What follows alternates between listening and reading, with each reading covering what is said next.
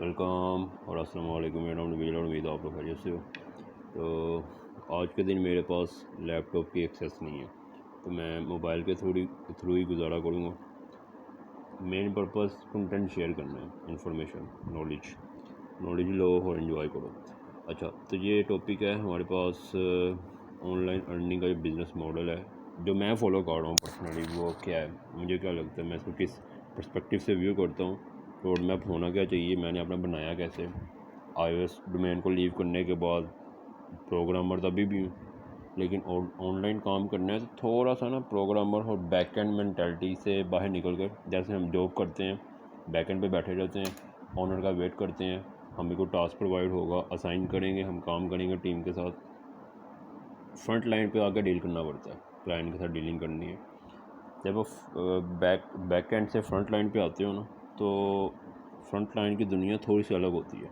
तो उससे डील करने के लिए ना रोड मैप भी थोड़ा सा अलग होना चाहिए, और है भी।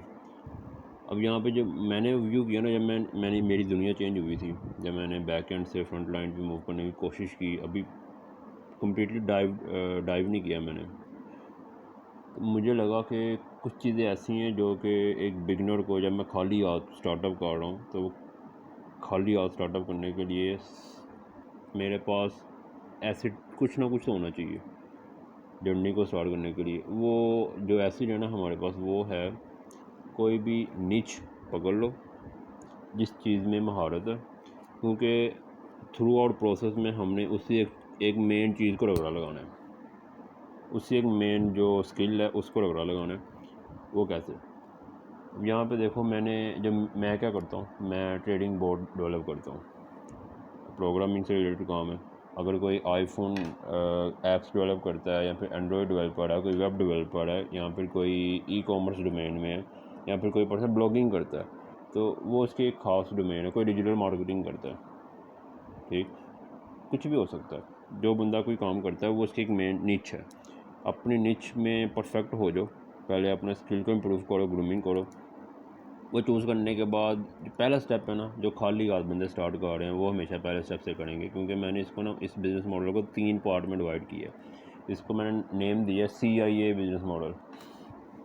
तो इसकी एब्रीविएशन देख लो। C का मतलब है कलेक्शन, I का मतलब है इन्वेस्ट, और A का मतलब है ऑटोमेशन।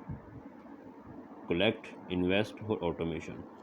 अब ये मेरा मॉडल है जो मैं व्यू करता हूँ। ये कोई स्टैंडर्ड रूल नहीं है, कोई बेसिक डेफिनेशन नहीं है।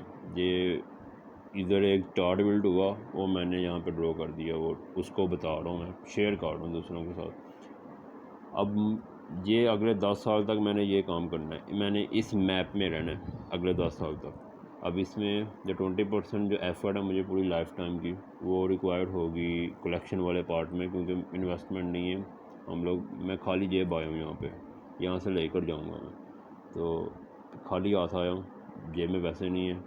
कलेक्शन वाले स्टेप से स्टार्ट करना है, वो पहला स्टेप पे आता हूँ। पूरी ज़िंदगी का 20% पोर्शन यहाँ पे इन्वेस्ट होने वाला है, और ये सबसे डिफ़िकल्ट भी होगा। ये फर्स्ट जो कलेक्शन वाला पोर्शन है ना, ये 20% एफर्ट, इनिशियल पुशअप, ये बड़ी डिफ़िकल्ट होने वाली है। इसमें चंद एक स्टार्टिंग के साल लग सकते हैं, 1 2 3 साल 4 साल। तो जो अच्छी एफ़र्ट है ना, वो 4 से 5 साल के बाद ही नज़र आएगी। तो ये जहन में बिठा लो, अगर इसमें इस बिज़नेस मॉडल में आना है, ऑनलाइन बिज़नेस स्टार्ट करनी है, तो मिनिमम अपने जहन में रखो कि 4 से 5 साल। वो लोग कहते हैं ना जो कि 6 माह 1 साल होता है, 1 साल में, 1 डेढ़ साल में, 2 साल में आउटकम निकल सकती है, लेकिन हर किसी के लिए सूटेबल नहीं है ना, वायबल नहीं है। कोई पर्सन स्लो काम करता है, कोई फास्ट काम करता है। तो ये ऑन एवरेज लगा कर रखो, 4 से 5 साल का जो गैप है ना, वो जो 3 4 माह 6 माह या 1 साल वाले गेम वाले बंदे हैं, वो रेयर हैं, बहुत रेयर हैं। वो शार्प होते हैं, और कुदरती अल्लाह ताला ने अगर किसी का हाथ पकड़ना है, उसकी तरक्की हो जाती है। लेकिन वो चंद लोग हैं, रेयर पर्सन है, ठीक, हीरे, कीमती हीरे। अब यहाँ पे आओ, ये 20% पोर्शन कलेक्शन वाले पोर्शन में होगा। लाइफ की जो एफ़र्ट है, 60% इन्वेस्टमेंट वाली कैटेगरी में रहकर लर्निंग करनी पड़ेगी, और ऑटोमेशन वाली साइड पे 20% एफ़र्ट लाइफ की लगेगी। अब इन्वेस्टमेंट वाली साइड पे 60% मैं क्यों कह रहा हूँ, क्योंकि ये तो आपका मेन एसिड है ना, जहाँ पे आप ऐसे इन्वेस्ट करोगे और एक का दो, दो का चार, चार का आठ, ये वो सिस्टम है। इस सिस्टम को लर्न करने में एफर्ट ज़्यादा भी रिक्वायर्ड है, बहुत सी चीज़ें हैं, ट्रेडिंग वगैरह, बाकी सब चीज़ें। अब ये बिज़नेस मॉडल जो मैंने देखा है, जो मेजॉरिटी लोग ऑनलाइन फॉलो करते हैं, और डेवलपर, डिजिटल मार्केटर की डोमेन में कहीं पे भी एडजस्ट होना है, वो सब कुछ मुझे लगता है कि सारे बंदे ना इसमें एडजस्ट हो सकते हैं। जो भी ब्लॉगिंग कर रहा है कोई पर्सन, या फिर कोई पर्सन सॉफ्टवेयर डेवलपर है, या तो कोई पर्सन डिजिटल मार्केटर है, तो अगर किसी को मॉडल या रोड मैप क्लियर नहीं है ना, मुझे लगता है कि वो पर्सन इस मॉडल में एडजस्ट हो सकता है जो मैंने ड्रॉ किया, मेरे यहाँ पे आया। और जो ऑटोमेशन वाला पोर्शन है, ये टीम बिल्डिंग या फिर सारा कुछ जब बूढ़े हो जाओगे ना, 40-50 साल की एज तक जाते जाते, तो ये ऑटोमेशन वाला जो पोर्शन, अगर ऑटोमेशन वाले पोर्शन में कोई एफ़र्ट की होगी, जो 20% अपनी लाइफ की यहाँ पे रिक्वायर है। 25 साल तो हमने वैसे ज़ाया कर दिए डिग्रियों के पीछे, ठीक है, ग्रेजुएशन करते करते। अब बाकी के जो 25 साल रह गए हैं, 15 साल, जो 15 से 20 साल जो एफ़र्ट किए हैं, उस 20 साल में से लगा लो कि हमने, अज्यूम कर लो कि मैंने 50 की एज तक जाते जाते या 40 की एज तक जाते जाते मैंने एफ़र्ट करनी है। अब मेरे पास 15 से 20 साल है। अब इस 15 से 20 साल की जो 20% है ना, 20% कितना बनता है, अगर 20 साल है तो 20% तकरीबन चार साल बनते हैं।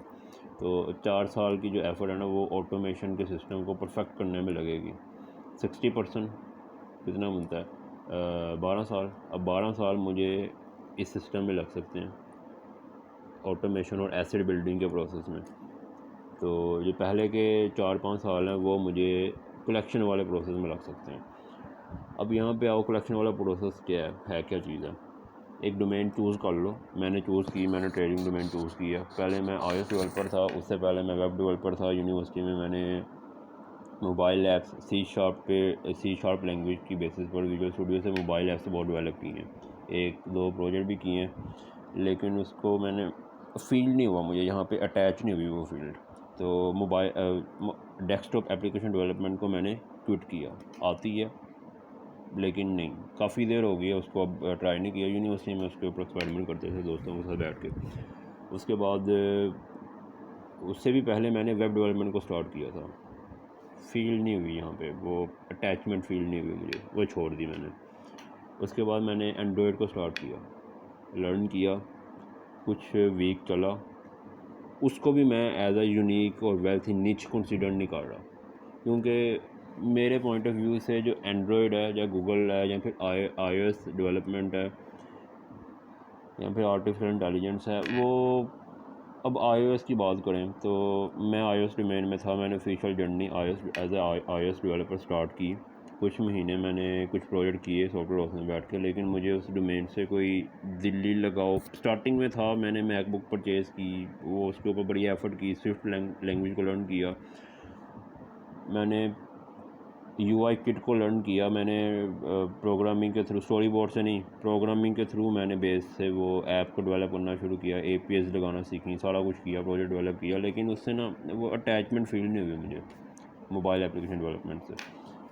स्टार्टिंग में थी, लेकिन बाद में जब मेरा पॉइंट ऑफ व्यू, नज़रिया देखने का चेंज हुआ ना इस मार्केट को, वो ऐसा था कि मैंने जब कंपेयर किया, मुझे लगा कि यार मैं इसमें एज अ डेवलपर कितनी मेहनत कर रहा हूँ, वो चैलेंजिंग डोमेन भी बहुत है, और हर साल उसमें कम बखत एडिंग करते रहते हैं। कोई नई लाइब्रेरी आ गई है तो खोते की तरह आपको लगाम डालते हैं इधर से उधर। कंपनी, एप्पल की कंपनी, यार उन्होंने स्विफ्ट लैंग्वेज की लाइब्रेरी चेंज कर देनी है, आप लोगों ने क्या करना है, हर 1-2 साल के बाद लर्निंग करते रहना, एक लाइब्रेरी से दूसरी में शिफ्ट होकर, दूसरी से तीसरी में, तीसरी से चौथी में, लर्निंग रुकनी नहीं है।